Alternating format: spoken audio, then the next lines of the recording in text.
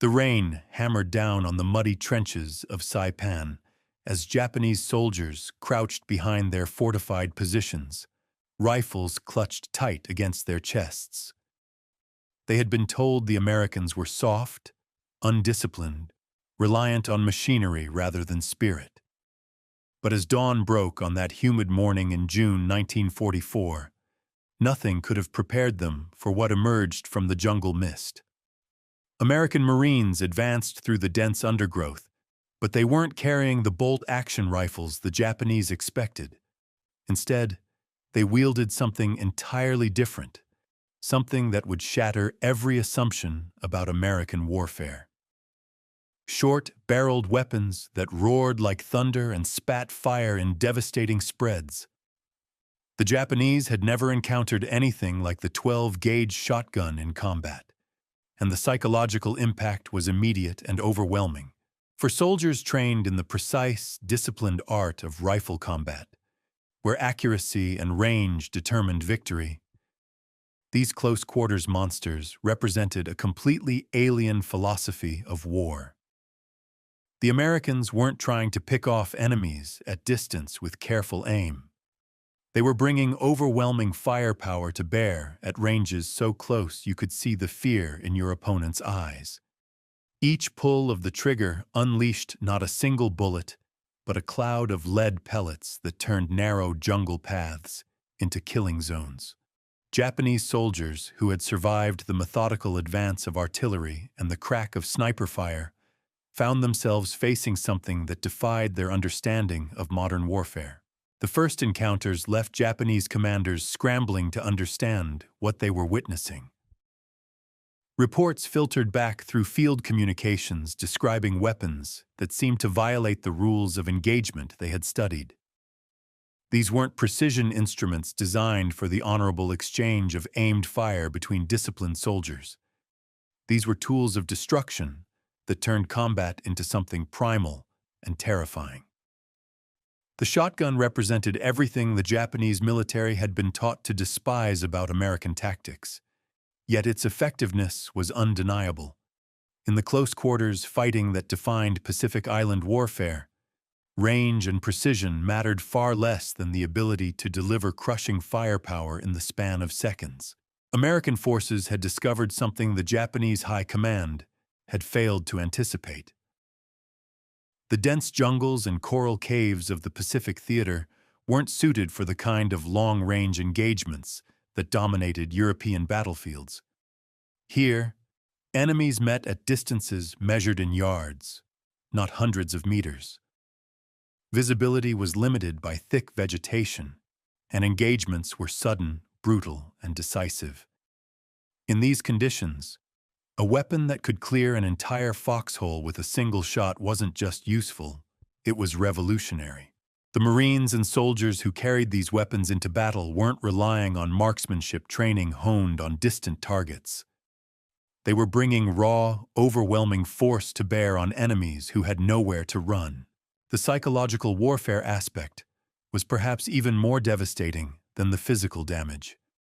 Japanese soldiers had been conditioned to expect certain rhythms of battle: the crack of a rifle, the whistle of incoming artillery, the methodical advance of infantry across open ground.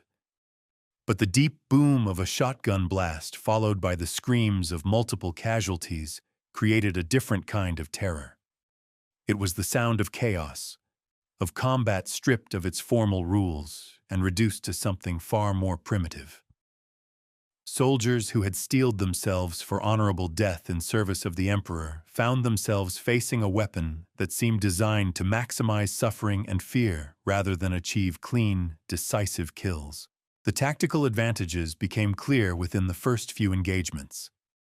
Japanese defensive positions that had been carefully constructed to funnel attacking forces into predetermined kill zones suddenly became death traps for the defenders themselves. Bunkers with narrow firing ports that were perfect for rifle combat became vulnerable when Americans could simply aim in the general direction and unleash spreads of buckshot that ricocheted off walls and filled enclosed spaces with deadly projectiles. Cave systems that had been fortified to withstand direct assault became chambers of horror when shotgun blasts echoed off stone walls, multiplying the deadly effect of each shot. The ammunition itself represented a departure from everything Japanese forces understood about American military doctrine. Where rifle cartridges were precision-engineered for accuracy and penetration, shotgun shells were loaded with multiple projectiles designed to spread and devastate. Double-aught buckshot carried 9 lead pellets, each roughly the size of a pistol bullet, traveling at velocities that could punch through body armor at close range. When fired into a confined space or at multiple targets, a single shell could inflict casualties that would require an entire rifle squad to achieve with conventional weapons. American forces quickly recognized the terror these weapons inspired and began incorporating them into their tactical doctrine in ways that maximized psychological impact. Rather than treating shotguns as specialized tools for specific situations, Marine units began using them as standard infantry weapons in jungle combat. The distinctive sound of a shotgun being loaded, the metallic click of shells sliding into the chamber, became a form of psychological warfare in itself. Japanese soldiers hiding in defensive positions could hear the Americans approaching, could recognize the sound of weapons being prepared, and knew that conventional cover and concealment offered little protection against what was coming. The close-quarters nature of Pacific combat meant that traditional military tactics had to be reimagined. Banzai charges that relied on surprise and overwhelming numbers suddenly became suicide missions, when American positions were defended by weapons that could cut down multiple attackers with each shot. Japanese soldiers trained in the precise art of bayonet combat found themselves facing enemies who could eliminate entire assault groups before hand-to-hand fighting even began. The shotgun transformed defensive positions into killing fields, where range and accuracy mattered less than the ability to deliver maximum firepower in minimum time. Command structures on both sides began to adapt to this new reality. But the psychological adjustment was far more difficult for Japanese forces. American military doctrine had always emphasized firepower and technological advantage over individual martial skill. The shotgun was simply another tool in an arsenal designed to overwhelm enemies through superior equipment and tactics. But Japanese military philosophy was built on the concept of spiritual strength overcoming material disadvantage, of disciplined soldiers achieving victory through superior training and dedication. The shotgun represented everything that contradicted this worldview, a weapon that required minimal skill to operate effectively and could turn untrained soldiers into devastating combatants. The ripple effects extended beyond individual engagements to reshape entire campaign strategies. Japanese defensive planning that had focused on creating killing zones for rifle combat suddenly became obsolete when American forces could clear fortified positions with weapons that ignored traditional concepts of cover and concealment. Bunker systems that had taken weeks to construct could be neutralized in minutes by soldiers armed with shotguns and explosive charges. The careful positioning of machine gun nests and sniper positions meant nothing when American forces could approach under cover of artillery and then finish the job with weapons that turned close quarters fighting into one-sided slaughter. Intelligence reports flowing back to Japanese headquarters painted an increasingly grim picture of American tactical evolution. These weren't the same forces that had struggled in early Pacific engagements, learning hard lessons about jungle warfare through trial and error. These were units that had adapted their equipment and tactics to maximize effectiveness in the specific conditions they faced. The shotgun was just one example of American flexibility and innovation, but it was perhaps the most visible symbol of how quickly the enemy could evolve and overcome initial disadvantages. The terror these weapons inspired went beyond their immediate tactical impact. Japanese soldiers began to speak of American forces as something inhuman, as enemies who had abandoned the honorable traditions of warfare in favor of weapons designed purely to inflict maximum casualties with minimum skill. The psychological distance between the two forces widened as Japanese troops struggled to comprehend an enemy that seemed to view combat not as a test of martial virtue, but as a problem to be solved through superior firepower and technology. Field reports from Japanese officers began documenting encounters that defied their understanding of modern warfare. Soldiers described Americans emerging from thick jungle vegetation at distances so close that traditional rifle tactics became meaningless. The enemy would appear suddenly through the green maze of tropical foliage, and before Japanese defenders could acquire proper sight pictures or execute the disciplined volley fire that had defined infantry combat for generations, the Americans would unleash devastating salvos that cleared entire defensive positions in seconds. The sound alone became a weapon of psychological warfare. The deep, thunderous roar of multiple shotguns firing simultaneously created an audio signature unlike anything in the Japanese military experience. Where rifle fire produced sharp cracks that echoed briefly through the jungle, shotgun blasts generated rolling waves of sound that seemed to shake the very ground beneath defenders' feet. This acoustic assault preceded the physical devastation by mere milliseconds, creating a sensory overload that left survivors stunned and disoriented, even when they escaped direct injury. Japanese defensive doctrine had been carefully crafted around the assumption that American forces would advance according to established military principles. Attackers would maintain proper intervals, advance under covering fire, and engage targets at ranges where marksmanship training provided decisive advantages. But the Americans carrying these 12-gauge weapons ignored such conventions entirely. They moved in tight formations that would have been suicidal against conventional rifle fire, closing to distances where their spread patterns could engage multiple targets simultaneously. The ammunition variety added another layer of tactical confusion for Japanese forces attempting to counter these weapons. Intelligence officers struggled to categorize reports describing projectiles that behaved differently from engagement to engagement. Sometimes American shotgun fire would penetrate light cover and inflict devastating wounds at surprising ranges. Other times, the same weapons would produce massive trauma at close quarters, but seem ineffective beyond 50 yards. What Japanese commanders failed to initially understand was that American forces were selecting ammunition types based on specific tactical requirements, switching between buckshot, slugs, and specialized loads designed for different combat scenarios. Training manuals developed by Japanese military academies contained no guidance for countering weapons that operated on such fundamentally different principles.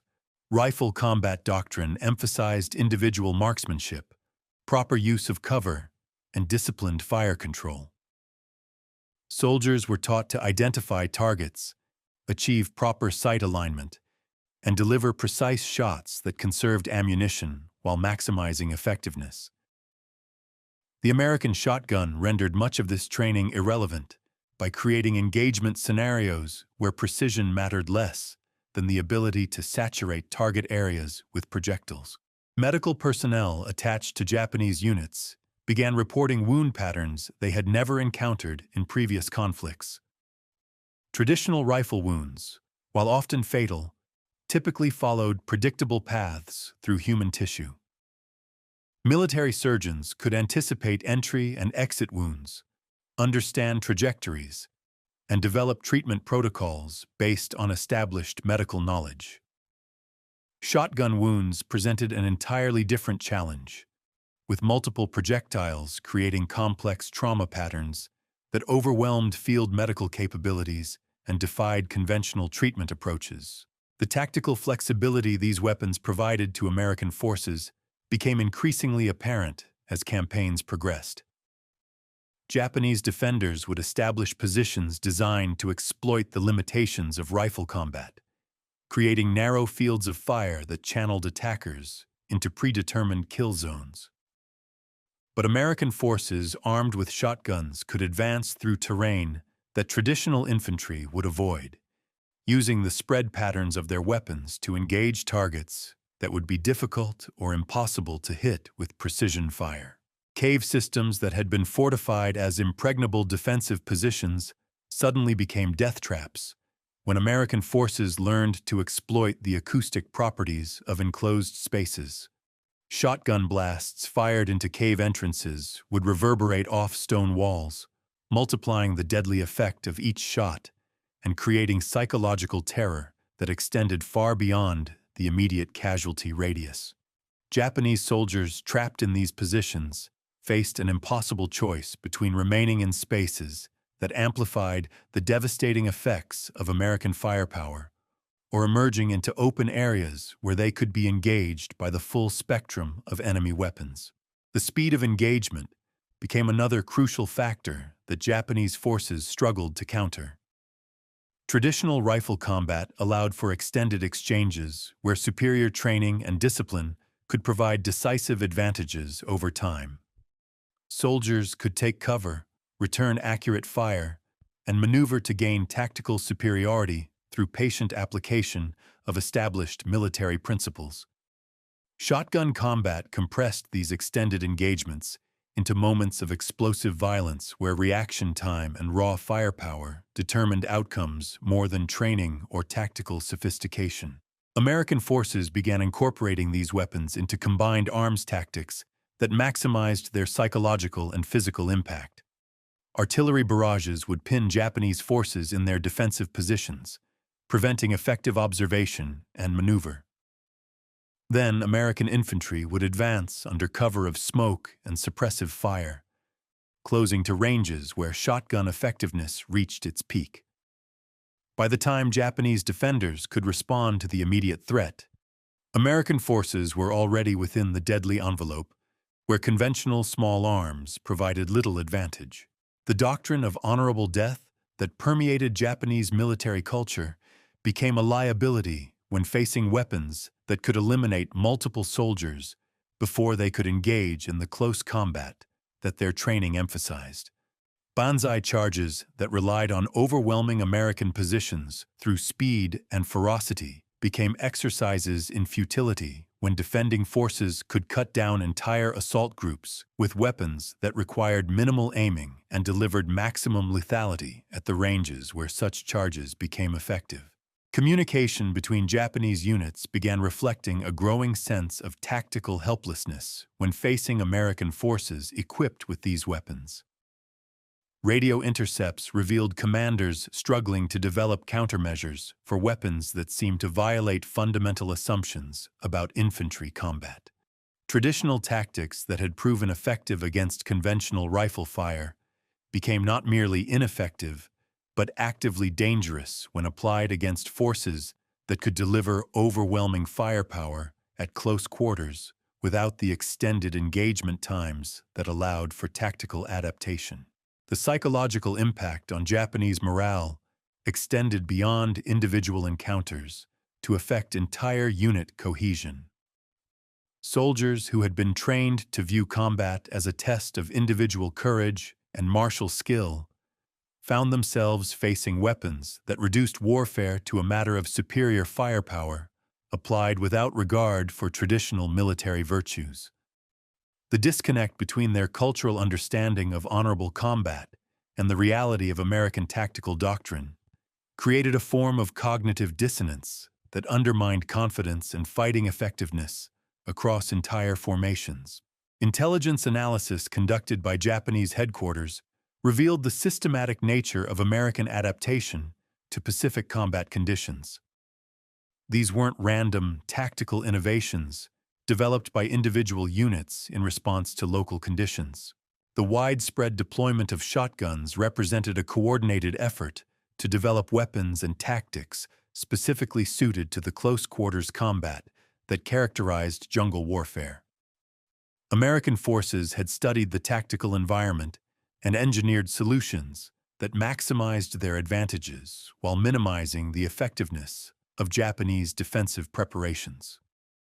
The adaptation process revealed something far more unsettling to Japanese military observers than simple tactical innovation.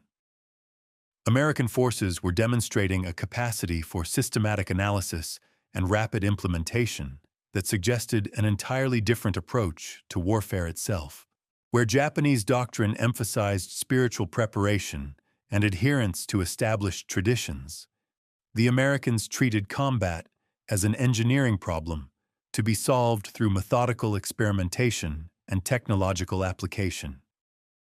The shotgun became a symbol of this philosophical divide, representing a military culture that valued effectiveness over honor and results over ritual.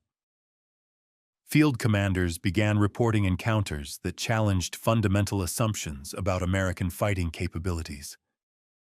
Intelligence briefings had consistently portrayed enemy forces as technologically dependent, but lacking in individual fighting spirit. The reality emerging from jungle combat painted a different picture entirely. American soldiers wielding these close-quarters weapons displayed tactical aggressiveness that exceeded anything Japanese forces had encountered from Western armies. They advanced into terrain that conventional military wisdom deemed impassable, closed to ranges that traditional doctrine considered suicidal, and maintained offensive momentum under conditions that should have favored determined defenders. The logistical implications became increasingly apparent as campaigns progressed across multiple island chains. Japanese forces operating with limited supply lines and carefully rationed ammunition found themselves facing an enemy that could afford to expend vast quantities of specialized rounds in single engagements. Shotgun shells required different manufacturing processes and materials than rifle cartridges. Yet American forces deployed them in quantities that suggested industrial capacity operating on an unprecedented scale. The psychological impact of facing an enemy with seemingly unlimited resources extended beyond individual battles to affect strategic planning at the highest levels. Medical reports compiled by Japanese field surgeons began documenting trauma patterns that challenged established understanding of battlefield injuries. Multiple projectile wounds created complex medical emergencies that overwhelmed field treatment capabilities and required evacuation procedures that existing logistics couldn't support. Soldiers who might have survived conventional rifle wounds succumbed to infections and complications arising from the scattered tissue damage caused by buckshot patterns. The secondary effects of these weapons extended far beyond immediate battlefield casualties to strain medical resources and reduce overall unit effectiveness. Training protocols developed in Japanese military academies contained no guidance for operating in environments where traditional concepts of effective range became meaningless. Marksmanship instruction emphasized precision shooting at known distances using carefully calculated ballistics and sight adjustments. Combat against American shotgun teams required entirely different skills focused on rapid movement, immediate target acquisition, and close-quarters combat techniques that contradicted established military doctrine. Veteran soldiers found their extensive training providing little advantage against weapons that operated on fundamentally different principles.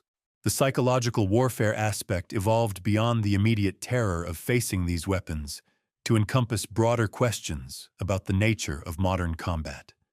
Japanese military culture had long emphasized the spiritual dimension of warfare, the importance of individual courage in overcoming material disadvantages, and the honor inherent in disciplined military service. American tactical doctrine appeared to reject these concepts entirely, treating warfare as a technical problem where superior equipment and overwhelming firepower could substitute for martial virtue and individual skill.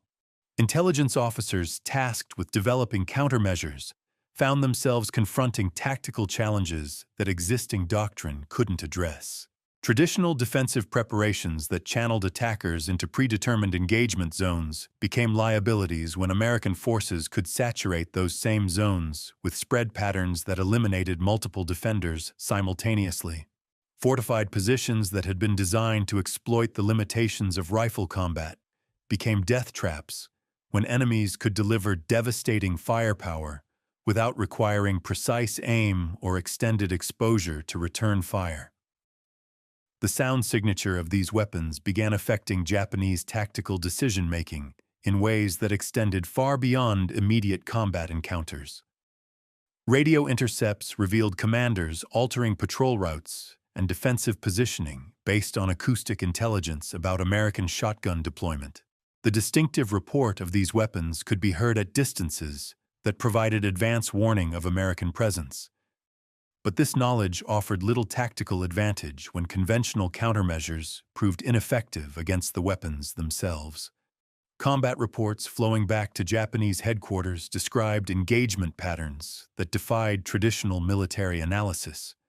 American forces would advance to contact using conventional infantry tactics, then transition to close-quarters combat using weapons that eliminated the extended firefights that allowed superior training and discipline to provide decisive advantages. Engagements that should have lasted hours were concluded in minutes, with casualty ratios that reflected not superior American fighting ability, but the devastating effectiveness of weapons specifically designed for the tactical environment they faced. The ammunition variety employed by American forces added another layer of tactical complexity that Japanese commanders struggled to counter. Intelligence analysis revealed that enemy forces were selecting specific load configurations based on target types and engagement scenarios. Dense jungle vegetation that provided effective concealment against rifle fire offered little protection against projectiles designed to penetrate light cover and deliver maximum trauma to targets beyond. Cave entrances that served as effective defensive positions became focal points for specialized ammunition that exploited acoustic properties and confined spaces.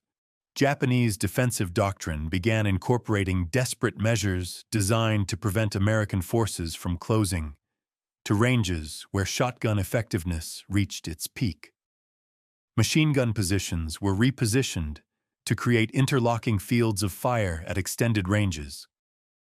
Artillery concentrations were planned to interdict approach routes before enemy forces could reach the deadly envelope where conventional small arms provided inadequate response capabilities.